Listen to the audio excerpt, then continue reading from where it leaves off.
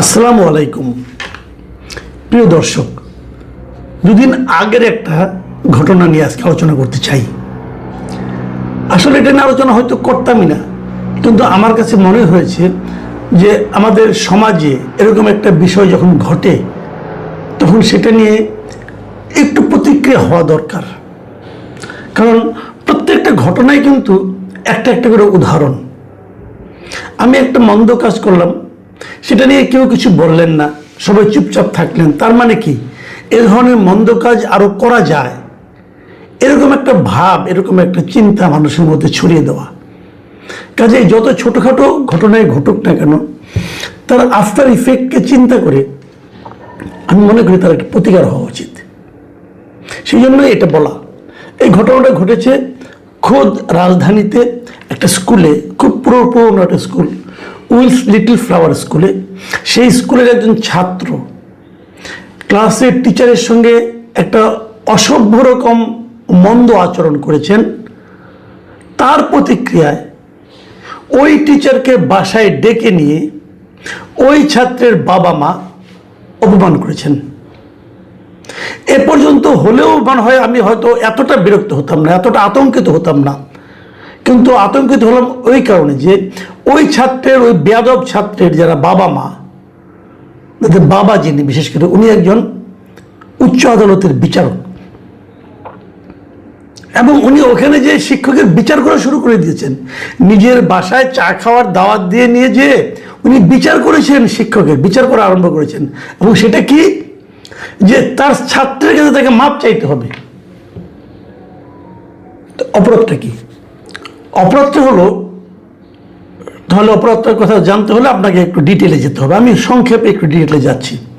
এ মাসের 16 তারিখের ঘটনা, এবং সেদিন ওই উইলস লিটল ফ্লাওয়ারের 10ম শ্রেণীর দিবা শাখার সহকারী শিক্ষক দয়াল চন্দ্র পাল তিনি ক্লাস নিচ্ছিলেন। উনি হলেন পদার্থবিদ্যার টিচার।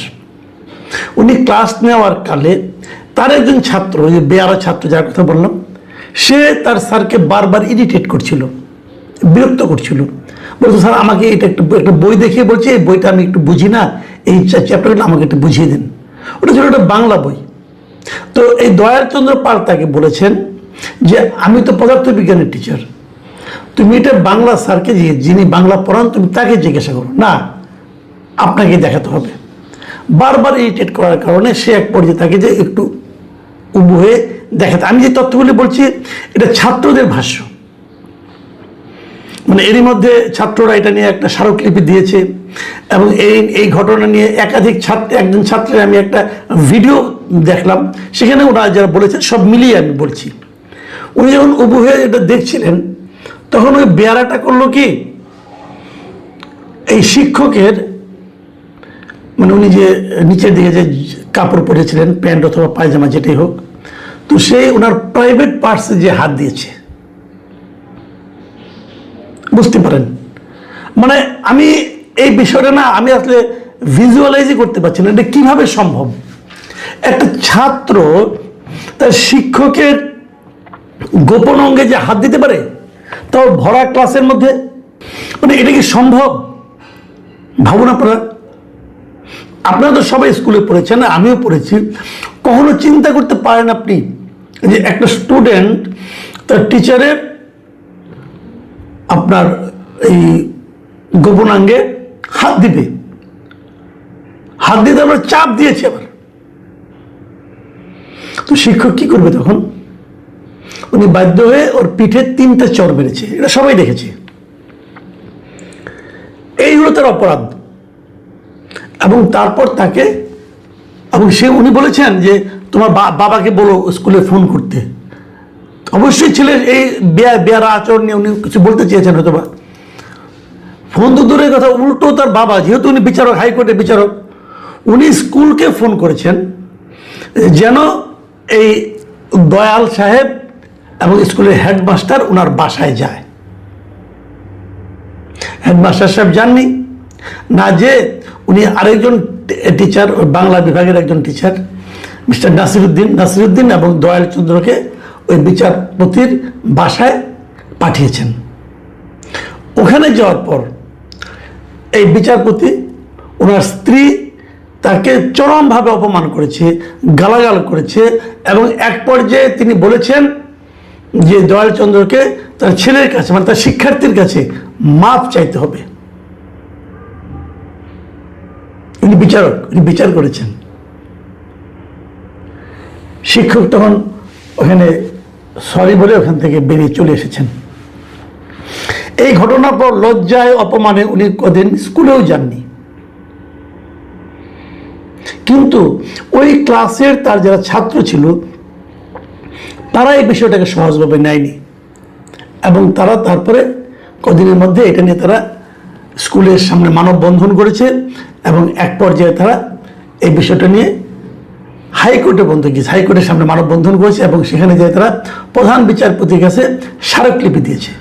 স্কুলের স্টুডেন্টরা কিন্তু 22 জন স্টুডেন্ট সেখানে সিগনেচার করছে সেই স্মারকলিপিতে, যারা ওখানে সবাই ছিল। এখন আমার প্রশ্ন হচ্ছে, এ ধরনের ঘটনা কেন ঘটে? প্রথমত সেই ছাত্রের তার যে গায়ে হাত দিল এবং অশ্লীলভাবে যে আচরণটা করলো, এটার জন্য ওই শিক্ষকের কি করণীয়? আমাদের একটা নিয়ম আছে, আমাদের একটা নিয়ম করা হয়েছে যে শিক্ষকরা ক্লাসে স্টুডেন্টকে মারতে পারবে না। ঠিক আছে, কেন মারতে পারবে না? মারতে পারবে না হলো এই কারণে, শিক্ষা বিষয়ক কোনো ব্যাপারে কোনো পড়া শিখে আসেনি অথবা পড়া পারেনি, এই কারণে মারতে পারবে না। কিন্তু এই ধরনের আচরণ যদি কেউ করে, যে নাকি শিক্ষক ছাত্রের সম্পর্কের বাইরে, শিক্ষক ছাত্রের সম্পর্কের মধ্যে কি এটা আছে যে একজন একজনের যায় শরীর ওখানে ওই জায়গায় হাত দিতে পারবে? এটা কি পড়ে? পড়ে না। ভাবুন আপনি একবার, আপনি বাসায় বসে আছেন, কেউ এসে আপনার মানে জননেন্দ্রিয়তে হাত দিল, আপনার গোপনাঙ্গে হাত দিয়ে চাপ দিল, আপনি কি করবেন? আপনি হাসবেন? আপনি বলবেন যে বাবা এটা করো না, এটা বলবেন? নাকি তাদেরকে চর বসিয়ে দেবেন? এই যে প্রাইভেট পার্টসে হাত দেওয়া, এটা সারা দুনিয়াতে একটা অপরাধ, জঘন্য অপরাধের পর্যায়ে পড়ে। এবং যখন এই অপরাধটা কেউ করবে, তাকে এটা তো একটা হিউম্যান ইনস্টিংক্ট, মানে একটা তাৎক্ষণিক প্রতিক্রিয়া, কিন্তু আপনি তাকে চর মারবেন। আর সেটা ছাত্র, তারপরে ভর ক্লাসে অন্যদের সামনে সে যখন এই কাজ করে, কত বড় বেয়ারা হলে পর, কতটা বখাটে হলে পর, কতটা নিয়ন্ত্রণহীন হলে পর একটা শিশু এরকম করতে পারে। এবং এই যে নিয়ন্ত্রণহীনতা, এই যে বেয়াদবি করাটা, এটা সে কার কাছে শিখেছে? তার বাবার কাছে শিখেছে, তার মার কাছে শিখেছে। সবসময় মনে রাখবেন, একটা স্টুডেন্টের প্রথম শিক্ষাটা হয় ফ্যামিলি থেকে। প্রথম শিক্ষা ফ্যামিলি থেকে। ফ্যামিলিতে সে শিখে যে কি করা যাবে কি করা যাবে না, তার ফ্যামিলিতে সম্ভবত এগুলি চলে, তাহলে সে এটা শিখলো কোথায়? তো এই বিষয়টা যখন বাইরে এলো, তখন তার বাবা আবার সেই শিক্ষককেই অপমান করার চেষ্টা করলেন, চেষ্টা মানে করলেন আর কি, এবং ছাত্রের কাছে মাপ চাইতে বলেন। এই যে তার যে আচরণটা, এটা কি বিচারক সুলভ আচরণ নাকি মাস্তান সুলভ আচরণ? বিচারক এটা বলতে পারেন? এটা তো লেখাপড়ার বিষয় না রে ভাই। দেখুন, আমি একটা জিনিস বুঝি না, একজন লোক ক্ষমতা পেলে ক্ষমতার সবচেয়ে বড় দায়িত্বটা কি? তাকে খেয়াল করতে হবে আমি যেন ক্ষমতার অপব্যবহার না করি। আপনি বিচারক হয়েছেন, আপনি সব জায়গায় কাজ করবেন, এটা কিন্তু প্রথম না। আপনাদের মনে আছে, আমি আরেকটা ঘটনা আমি মনে করতে পারলাম যে 2023 সালের কথা, 2023 সালের মার্চ মাসে বগুড়ায় একটা ঘটনা ঘটেছিল। বগুড়ায় একটা গার্লস স্কুলে, সেই গার্লস স্কুলে একটা নিয়ম ছিল যে স্টুডেন্টরাই স্কুলের ক্লাসরুমগুলি পরিষ্কার করবে, এবং সেই স্টুডেন্টরা বাই রোটেশন এক একজন স্কুলের ক্লাসরুমটাকে ঝাড়ু দিবে। তো ওখানে একজন বিচারকের কন্যা ছিল, সেই কন্যা ঝাড়ু দিবে না, তার মা বিচারক, তার মা ছিল বিচারক। উনি অতিরিক্ত জেলা ও দায়রা জজ ছিলেন, ওই ভদ্র মহিলা, ওনার ওই বাচ্চাটার মা, সে দিবে না। এবং এটা এই না দেওয়ার কারণে এটা নিয়ে হইচই, এবং তারপরে সে বাধ্য হয়েছে দেওয়ার জন্য। এবং যখন সে বাধ্য হয়েছে, তখন একটা মেয়ে ওখানে একটু হেসেছিল, এবং এই হাসার কারণে ওই অন্য শিক্ষার্থীরা তাকে নিয়ে একটু কটূক্তি করেছিল। কটূক্তি করার কারণে সেই বিচারক, সেই জেলা জজ সেই মেয়ের মাকে ডেকে তাকে অপমান করেছে এবং তাকে মাপ চাওয়া হয়েছে।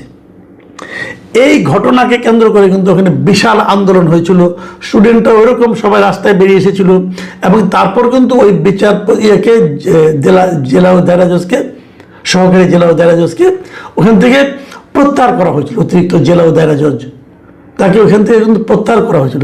প্রত্যাহার মানে কি, তাকে আরেক জায়গায় পাঠানো হয়েছিল।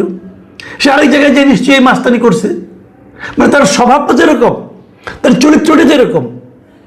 তো এরকম লোক যখন বিচারকের দায়িত্বে থাকেন, তখন বিচার বিভাগ নিয়ে মানুষের মনে কি সে আস্থাটা থাকে?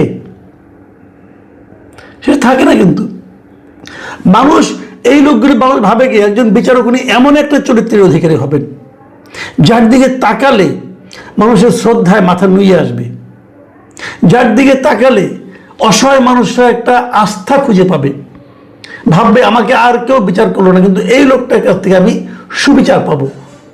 আর তার কাছ থেকে যদি এই আচরণ পাওয়া যায় যে পক্ষপাত দুষ্ট আচরণ, স্বজন প্রীতিমূলক আচরণ এবং অন্যায় আচরণ এবং মাস্তানিপূর্ণ আচরণ, তাহলে আর থাকেটা কি? এগুলো কেন হয়? বিচারক নিয়োগের সময় এই জিনিসগুলো কি দেখা হয় না? আমার তো মনে হয় যে বিচারক নিয়োগের সময় সেই সম্ভাব্য প্রার্থীর পারিবারিক ঐতিহ্যটা দেখা উচিত। সে কোন পরিবার থেকে উঠে এসেছে, সেই পরিবারের সৌজন্যমূলক আচরণের অভ্যাস আছে কিনা, তারা কি ভদ্র পরিবার কিনা, এটা দেখা উচিত। কেবল মেধা থাকলেই হলো না, সেই সঙ্গে তার মধ্যে মানবিক আচরণ আছে কিনা এটাও দেখা উচিত। আমি মনে করি যে আগের জনকে কেবল প্রত্যাহার করে যেরকম পার পাওয়া হয়েছিল, প্রত্যাহার থেকে আরেক জায়গায় বদলি করা হয়েছে, কিন্তু এবারের ক্ষেত্রে আমি এর দৃষ্টান্তমূলক একটা বিচার আশা করি। না হলে কিন্তু এটা চলতেই থাকবে, না হলে এই সমস্ত লোকের এই দাপট আমাদের ক্রমাগত দেখতে হবে। প্রিয় দর্শক, আমরা খুব শিগগিরই এর একটা সুরাহা চাই। আমরা জানতে চাই যে শিক্ষককে, শুনেন একটা কথা মাথায় রাখবেন ভাই, শিক্ষককে যে জাতি অপমান করে সে জাতি কোনোদিন বড় হতে পারে না। আমাদের শিক্ষকদের অনেক লিমিটেশনস আছে, আমাদের শিক্ষকদের মধ্যে অনেক ঝামেলাও আছে, কিন্তু তার মানে এই নয় শিক্ষককে আপনি অপমান করবেন এভাবে অন্যায়ভাবে এবং তারপর আপনি ভাববেন যে আমরা ঠিক কাজটা করলাম। এটা ঠিক কাজ হচ্ছে না। আমি মনে করি আপনি আমি যে যেখানে আছি এই ব্যাপারে সবারই সোচ্চার হওয়া উচিত। প্রিয় দর্শক, এখন এই পর্যন্তই। আল্লাহ হাফেজ।